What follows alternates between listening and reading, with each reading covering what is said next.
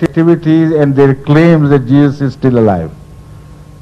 So this was a double dilemma, a crossfire in which that society must have been caught, which remained behind. Now that is one possible solution, but it's not enough, because at the same time in history we read of Christian elders like St. James and others who openly preached Christianity and Christianity of their own brand. Why must they have gone underground? You see? So the problem appears to be resolved, and suddenly you land into a more difficult riddle and problem, and you have to unearth that as well, decipher that as well. So this is why it's not an ordinary problem.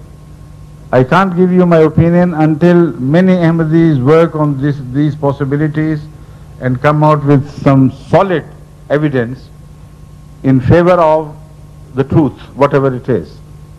Right? Now I understand somebody wanted to ask a question from here.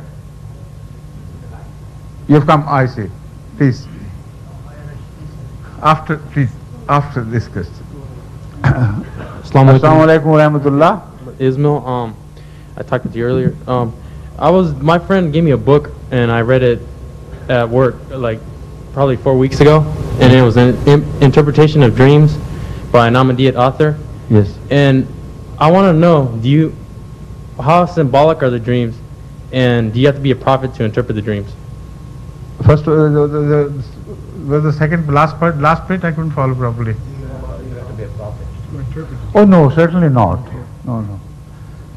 You know, anyone can interpret a dream if he is gifted by God. You don't have to be a prophet. In fact, dreams are a part of prophecy as such. All dreams which are divine are a part of prophecy. Hazrat Sallallahu Alaihi Wasallam once declared that dreams are 46th part of prophecy. So people got confused. There are many opinions about what he meant, but they think if a person who begins to see good dreams becomes, say, 46 times as more pious, then he may become a prophet. But this sort of calculation in mathematics is not employed by God. It is a bit too childish. It must have some meaning. And dreams being a type of prophecy, there is no doubt about it. This is understandable. This is being evidenced every day in human life. But what is 46th part? You know, this is yet to be understood in depth. I thought perhaps it could be related to the earlier forms of prophets, and this number generally gave indication of a period much earlier than the known history of man. Now, during my study I discovered that Australian Aborigines claim a start of 40,000 years ago. So maybe it was 46,000 years ago. And they claim positively that their prophecy was confined entirely to dreams, and is still confined to dreams. They have no concept of spoken word from God. They have no concept of visions, as we call it, kashf in our terminology, but they all speak of dreams come true, dreams which always come true. And their interpreters are holy people of the tribe who have the knack of interpreting dreams, and they do it free. I mean, they don't earn any money out of that. So once I remember having worked my way into someone who was an Aborigines but highly educated, was very reticent to begin with, but ultimately he opened up and started telling me the real practices of Aborigines and what they believed in. So I'm referring to that source of knowledge. So he told me that around 40,000 years ago, some elders of Aborigines came into contact with the life force. They call it, they don't refer it to God as God. They say the life force of the universe. Everything emanates from him. So their elders came into contact with this life force around 40,000 years ago. Now 40,000 is, you know, very, very close to 46, isn't it? So a margin of 6 years is well understandable. So what Ahmad Sallallahu Alaihi Wasallam might have meant was that it happened around that 20 years ago. But there is another solution which solves the riddle of 6 years, difference of 6 as well. Because up to the time of Masih Maud ﷺ, Adam's age, from Adam to Masih Maud, it was 6,000 years.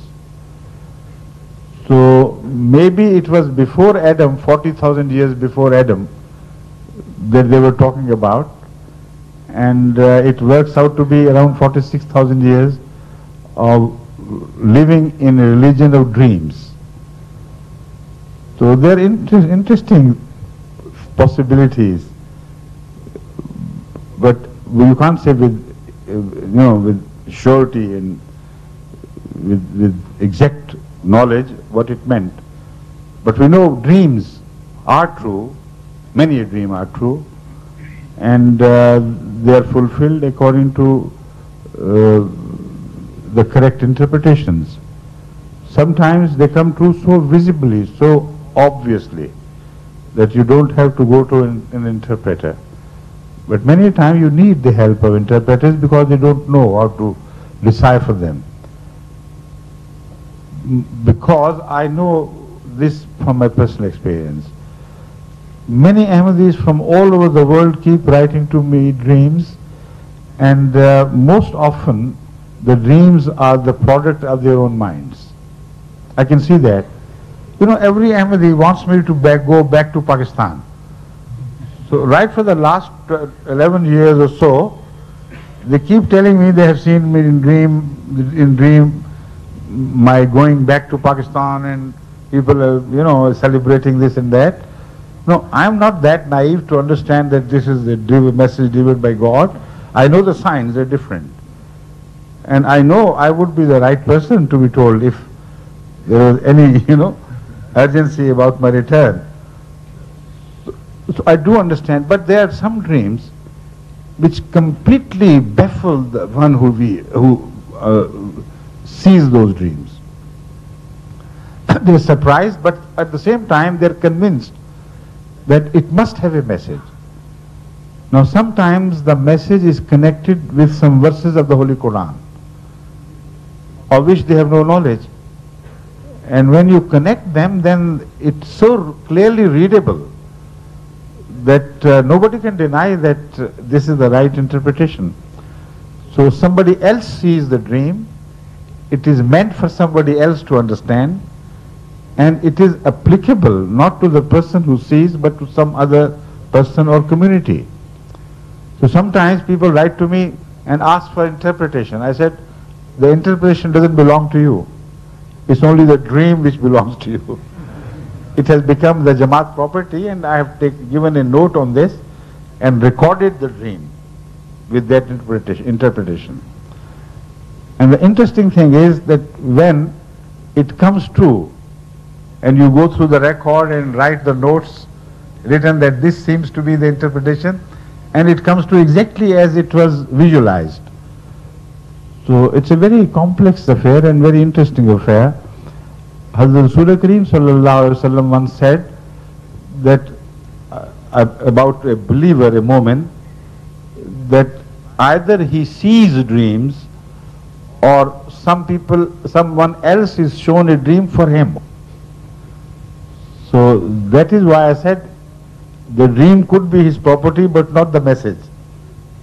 The message is for someone else, and sometimes it is not appropriate for him to be made aware of the message.